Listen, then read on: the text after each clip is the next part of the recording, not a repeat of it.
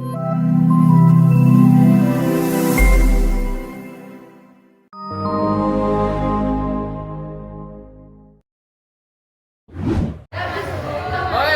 warahmatullahi wabarakatuh. Selamat siang teman-teman sekalian semuanya. Di kami dari kelompok 7 mengenalkan nama saya Muhammad Aditya Hafiz. Nama saya Naida Widiataleri. Kami aslinya 3 orang, tapi satu lagi sakit, jadi ya mau dimaklumin. Benar. Namanya Nashwa Rindu Salsabila. Jadi kita hari ini mau menjelaskan tentang apa nih? Jadi kita ingin menjelaskan tentang materi ekonomi, yaitu jurnal umum. Jurnal umum. Kita langsung aja ya ke penjelasannya guys. Hai.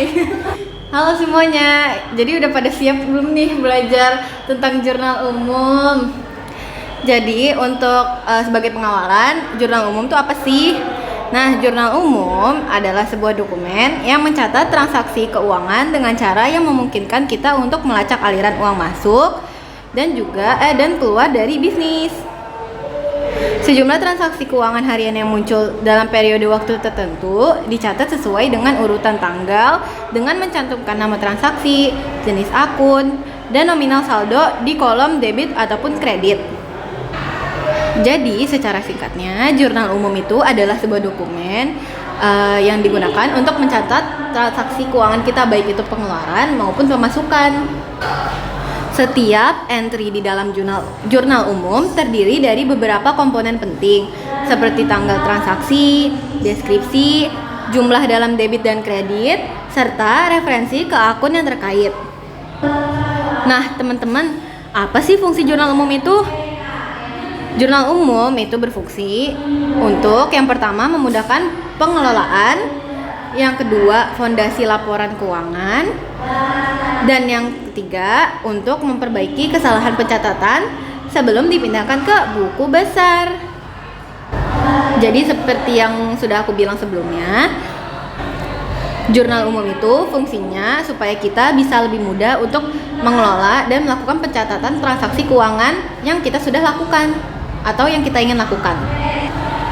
Nah, ini adalah contoh jurnal umum ya, teman-teman. Di sini ada tanggal, perkiraan, ref, debit, dan kredit. Nah, untuk perkiraan ini ada banyak ya, teman-teman. Nih ada kas, ada peralatan kantor, modal, perlengkapan, hutang, biaya sewa, pendapatan, piutang, dan lain-lain sebagainya. Juga di sini ada ref yang berisi angka-angka ini ya, dan juga ada debit dan kredit. Nah, teman-teman tahu nggak sih ref, debit, dan kredit itu apa? Kalau nggak tahu, sini aku jelasin ya. Jadi yang pertama kita mulai dari ref. Ref itu apa sih? Nah, ref adalah singkatan dari referensi yang mengacu pada kolom dalam jurnal umum dan buku besar yang digunakan untuk menandai selesainya proses posting atau pencatatan sebuah transaksi serta menghubungkan transaksi antara jurnal dan buku besar. Jadi ref ini berisi angka-angka seperti ini ya, teman-teman. Lalu, apa itu debit? Debit adalah kenaikan atau penurunan tergantung pada akun yang berpengaruh. Sedangkan kredit adalah kenaikan atau penurunan tergantung pada akunnya. Nah, karena tadi aku udah jelasin pengertian ref, debit, dan kredit, di sini ada aturan saldo normal suatu akun, yang dimana kelompok akunnya itu terdiri atas aktiva, kewajiban, modal, penghasilan, dan juga beban. Dan di sini ada ketentuan penempatannya nanti untuk membuat jurnal umum. Saldo normal, kalau misalkan aktiva itu ditaruh di bagian debit, kewajiban kredit, modal kredit, penghasilan kredit, beban debit. Jika penambahan, kalau aktiva debit, kewajiban kredit, modal kredit, penghasilan kredit, dan beban debit. Dan untuk pengurangan, kalau aktiva kredit, kewajiban debit, modal debit, penghasilan debit, Dan juga untuk beban itu masuknya pada kredit. Assalamualaikum warahmatullahi wabarakatuh. Selamat siang bagi teman-teman yang melihat video ini ataupun bapak dan ibu guru yang melihat video ini. Jadi di sini kami dari kelompok 7 yang mengatakan 3 orang. Ada saya sendiri, Hafiz sebagai recorder dan penjelasan pemateri pada hari ini. Kemudian yang kedua ada Naida Widya dan juga yang ketiga ada Rindu. Jadi di sini saya akan menjelaskan terkait dengan JU Jauhar ataupun Jurnal Umum Jauhar. Jadi di sini akun yang kita buka yaitu ada kas, piutang, sewa diberi muka, perlengkapan peralatan utang dan modal. Kemudian untuk subjudulnya itu ada Jauhar Service. Oke. Saja kita masuk. Sebelum kita menulis di tabel berikut agar nantinya si debit dan kredit ini menjadi rupiah, maka kita harus mengubahnya ke dalam format sel di accounting seperti itu. Jadi kita ubah dulu. Pertama kita blok dulu antara debit dan kredit. Kemudian kita tinggal set ke bawah kurang lebih kita sampai bawah aja lah yang apa ya. Kayak segini. Situ kita klik yang ini, pojok kanan atas, klik angka 1 2 3 kecil, kita klik yang accounting. Oke, sudah selesai. Langsung aja kita masukin. Yang pertama itu ada tanggal. Di tanggal itu kita masukin dulu tahunnya 2024 dan juga Maret. Itu tanggal 1. Kemudian nama akunnya itu kas. Kalau di sini nama akunnya Maret 1 Jauhar membuat bengkel Jauhar Service dengan modal awal 20 juta. Berarti Inggris pertama itu adalah kas. Di sini kas. Kemudian kasnya berapa? 20 juta. Kita tulis. Itu 23, itu 23 juta. Oh, sorry guys, kita ubah.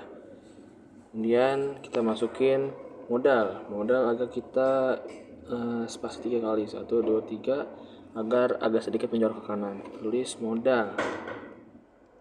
Kredit itu 20 juta. Oke, sebentar kita ubah lagi. Salah nih, malah sterling.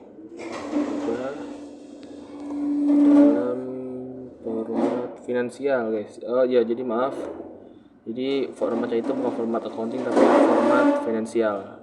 Biar angkanya jadi rupiah seperti itu, teman-teman. Dan yang kedua, nomor tanggal 2, dibeli peralatan bengkel dari toko Gilang seharga 5 juta. Oke, kita masukkan nomor 2. Tadi nomor 2 itu keterangannya dibeli berarti peralatan sama kas. Peralatannya itu tadi 5 juta sama si kasnya itu berarti kredit 5 juta. Oke, untuk nomor 3, sewa rokok dibuka DDM untuk 3 bulan 200.000 berarti nomor 3. Sewa DDM itu dibayar di muka ya, kita kasih jorok kanan itu kas masuknya, berarti DDM tadi selama 3 bulan berarti 200.000 dikali 3 itu 600.000. Kita masukin 600.000, maka kredit juga sama 600.000.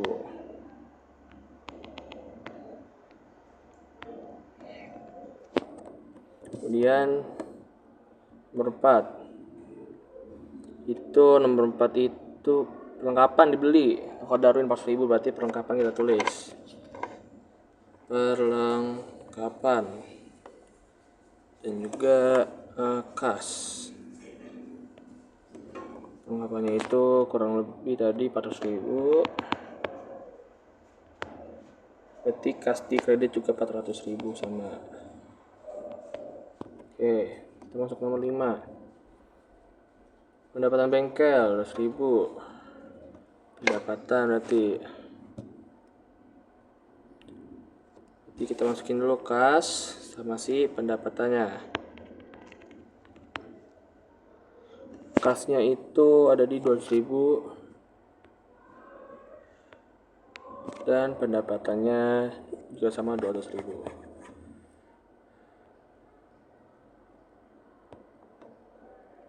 Oke, nomor 6 kita masukkan itu dari nomor 6, pendapatan bengkel 1.000 dari jumlah total abang 1.000, berarti ini jatuhnya piutang. Kenapa bisa piutang? Karena ia baru menerima pendapatan sebesar 200.000. Seharusnya itu kan jumlahnya 800.000, berarti dia baru keterima 200, berarti masih ada piutang 600.000. Kita tulis dulu itu kas piutang dan juga pendapatan pojok kanan. Kasnya tadi baru masuk 200.000, piutang 600.000,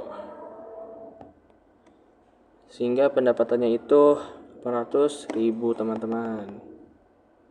Oke, sudah.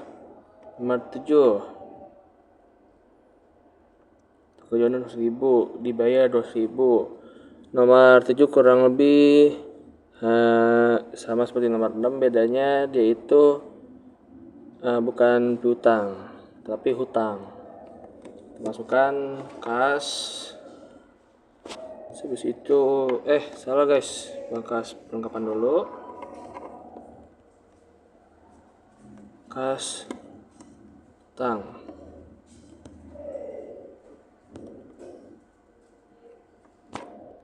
Perlengkapan 200.000. Situ si kasnya 200.000 sama si hutang itu berarti 400.000. Oke, 8. Kerjaan reparasi motor Dani sebesar 50.000 dan diterima tunai. Tunai berarti masuk ke kas sama pendapatan. Kas pendapatan. Kasnya itu 50.000, maka pendapatan juga 50.000 sama.